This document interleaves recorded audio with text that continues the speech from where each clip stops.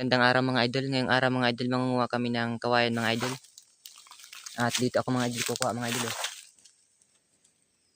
Gagamitin ko mga idol pang lagay doon sa sa kuprahan mga idol, kasi magkukupra kami dito mga idol.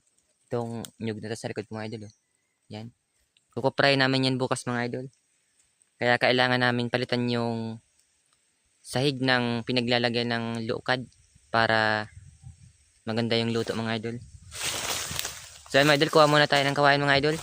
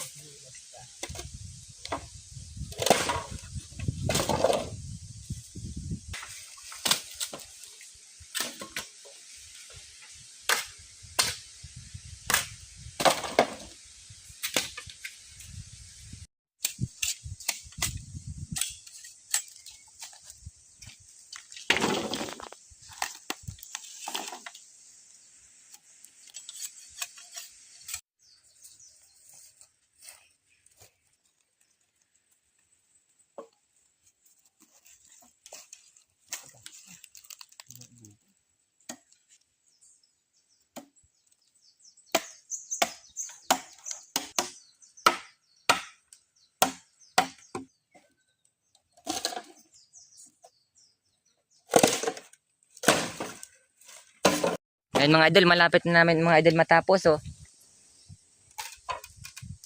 Ang ganda ng pagkakagawa namin mga idol oh. Mga idol oh. Maliit na prasan.